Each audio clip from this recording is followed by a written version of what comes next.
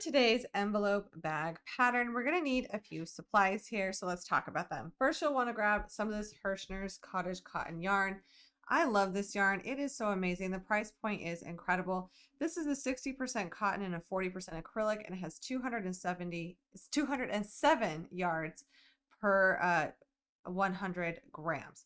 So it packs quite a bit into one, but you will need 2 balls no matter what size that you're doing. So grab yourself some Hirschner's Cottage Cotton, stock up on that. I'm doing several patterns in it this season. You'll also want a 4mm crochet hook. This is the dots hook. And then a yarn needle to weave in those ends. A couple of stitch markers are super helpful for this one. And of course, scissors. Some other things you might want is, like, if you're turning this into kind of a wristlet, you'll want one of these wristlet hardwares. I've linked all of these things inside the pattern.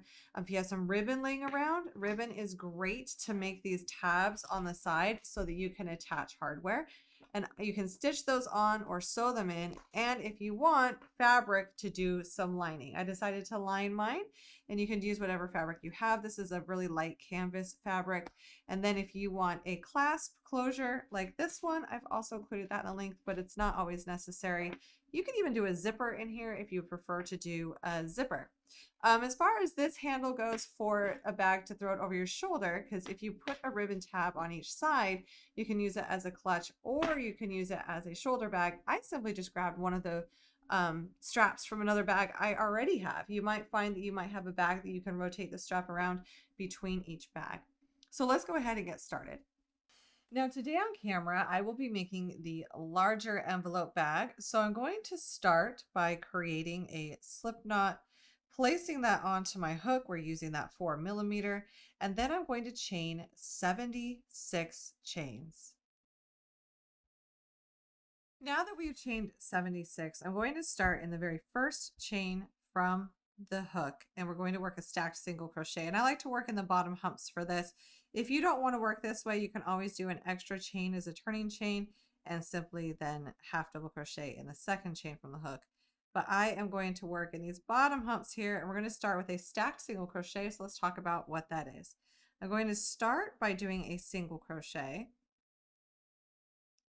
and then we're going to look at this left bar here, and we're going to go through that left bar, yarn over and pull up a loop, yarn over and pull through 2. And that's a stacked single crochet. And it's always a good idea to have stitch markers around. You'll want to mark the first stitch of your row, especially when using these stacked single crochets, because it's easy to work around the edge of this, and we don't want to do that. So we want to mark this as our very first stitch in this row. We're going to be working all the way down this chain till we get to the end, and then back around the other side. So we're going to work all the way around this chain, and this will help us make that oval on one side, the half oval on one side and a flat side on the other. So now I am simply going to half double crochet in each stitch across until I get to the very last chain stitch. And now that we are to the last chain of this row, we are going to half double crochet 6 total half double crochets into that chain. And you're just going to kind of work them all in and around. It'll end up kind of coming around to this other side naturally because of how many stitches we're working. I'll end up pushing my tail end underneath here, working around that, pushing it to the back, and doing all 6 half double crochets. Now that we've worked our 6 half double crochets, we're kind of curling around this other side here. We're going to work in the bottom of these stitches for the rest of the row. So we're going to half double crochet in the rest of this row on the opposite side that we just worked. So we're going to half double crochet all the way down.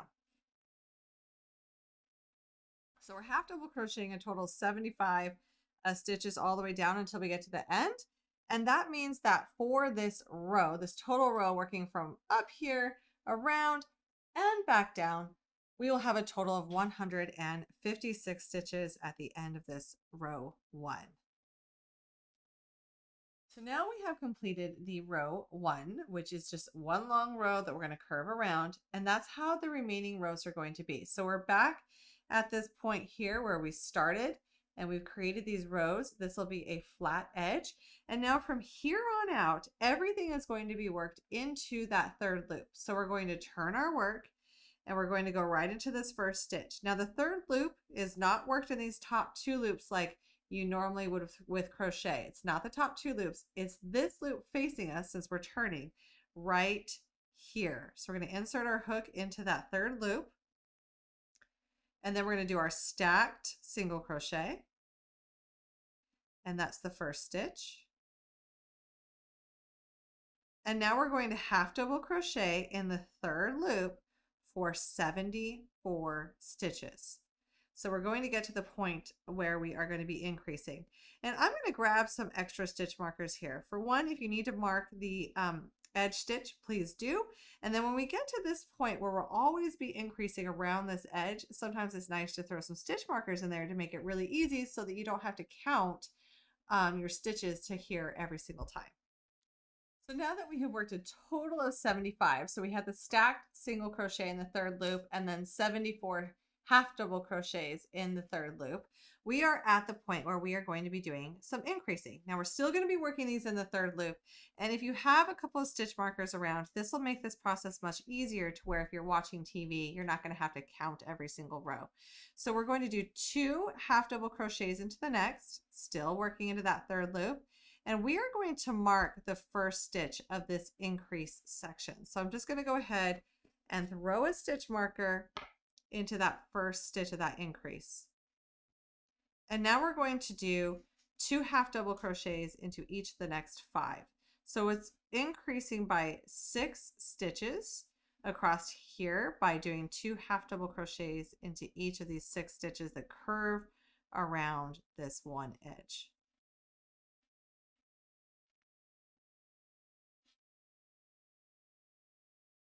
So now that we have created those 12 stitches by increasing around that edge, go ahead and place a stitch marker in the last stitch of that increase segment.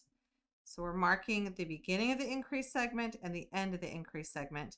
And now we're simply going to half double crochet in the third loop for the remaining 75 stitches until the end of the row. And what these half double crochet in the third loop stitches do is on the other side, we can really start to see it. It's going to create a knit look with the way that the stitches look as we work these rows. So now we are at the end of row 2. I'm going to move that stitch marker out of the way there and do the half double crochet in the back loop only for the very last stitch of this row. And now we're ready to turn our work and do row 3. And for row 3, we're going to be starting this the same way we are all of these rows. And we're going to start by working in the third loop, which is facing us right here, by doing a stacked single crochet. And then we are going to half double crochet in the third loop for 74 stitches. But if you have marked this with your marker, we don't have to worry as much about counting. We're just going to half double crochet in the third loop until we get to the stitch with the marker. Now that we've worked those stitches, the first 75 stitches of the row, or to the stitch marker, we can go ahead and move that stitch marker, and we're ready to do our increases around this point here until the next stitch marker. And this is where the stitch markers are really nice and handy just for relaxing crochet. So I'm going to move this, and we are going to do 2 double crochet stitches in the third loop in the next stitch. And then we're going to mark the very first increase of this section.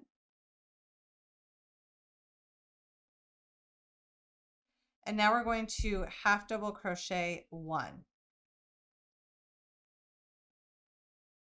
And then we're going to do that repeat. So 2 half double crochets into the next, and then half double crochet 1 into the next. And we're going to do that for a total of 6 times, or until we get to that other stitch marker.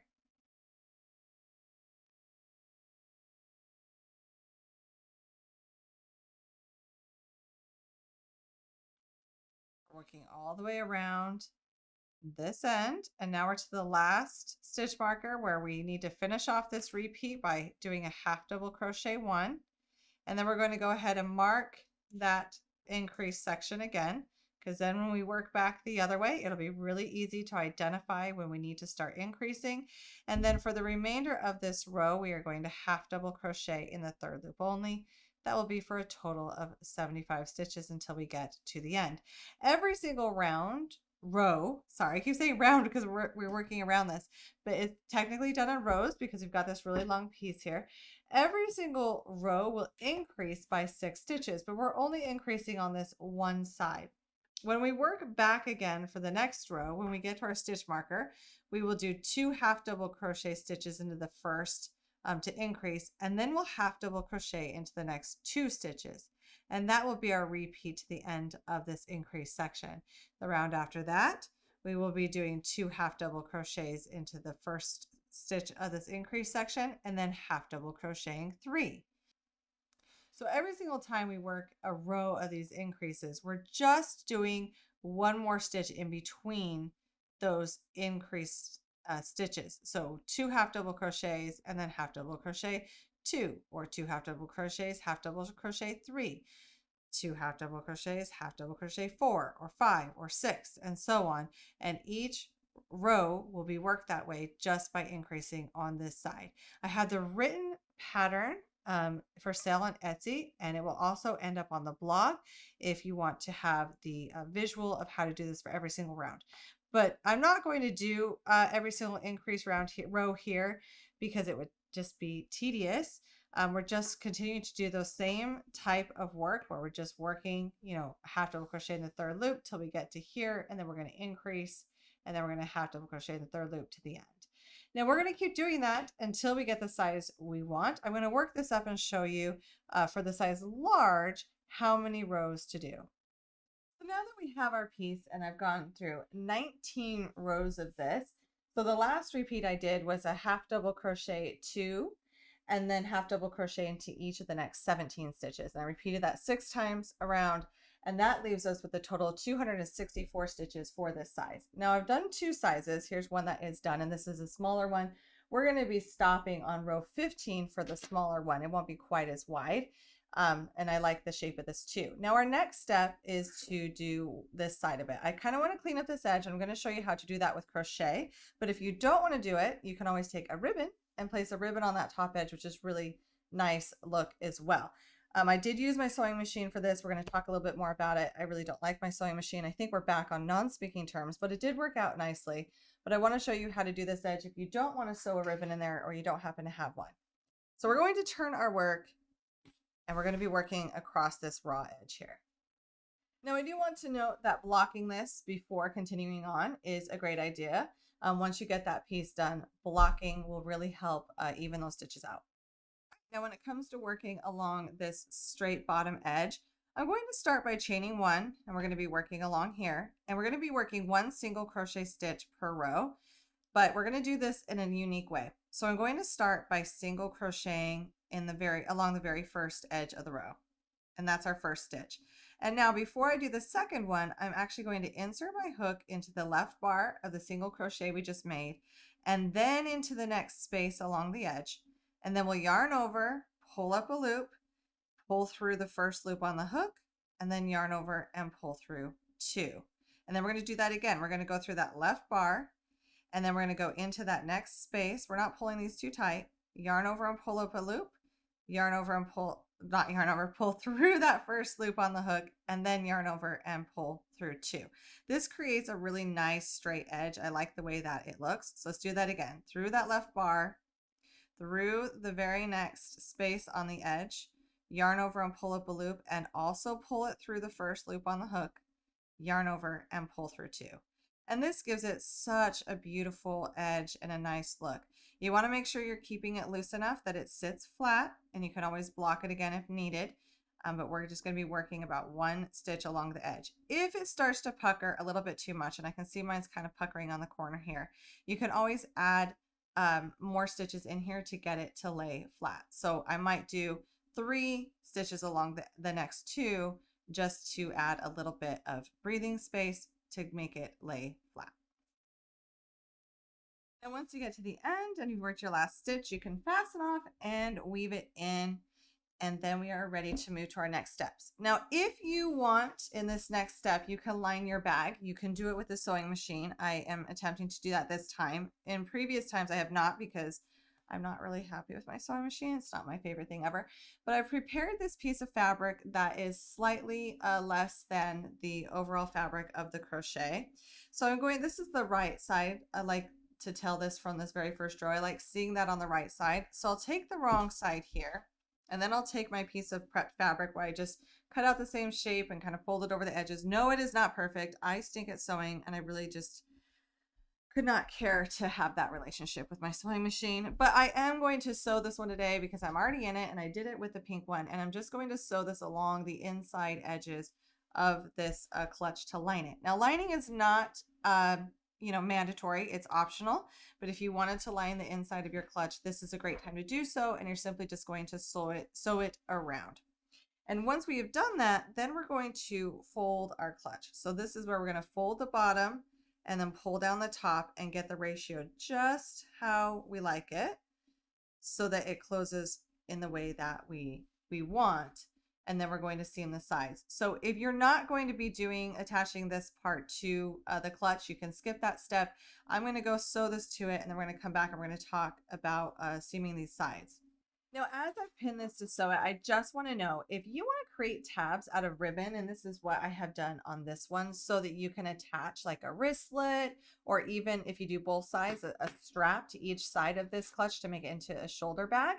You can simply sew them in right here. Now, if you don't want to line the bag, you can still take a ribbon and stitch it on the inside so that you have a tab to create a little tab for the clasp of a handbag strap or a clutch wristlet.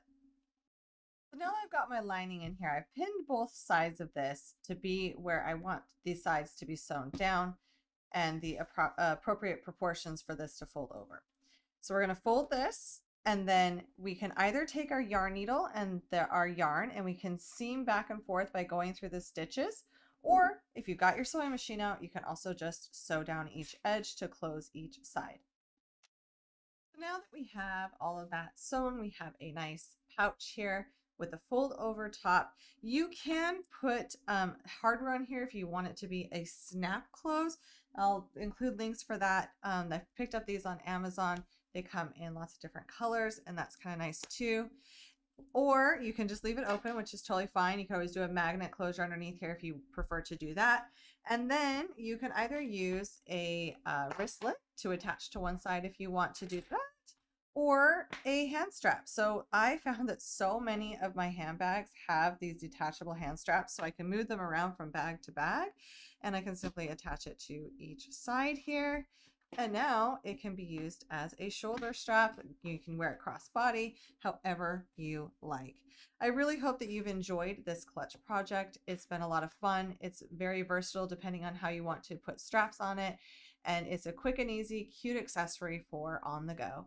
Be sure to hit that subscribe button and come back for more fun projects soon.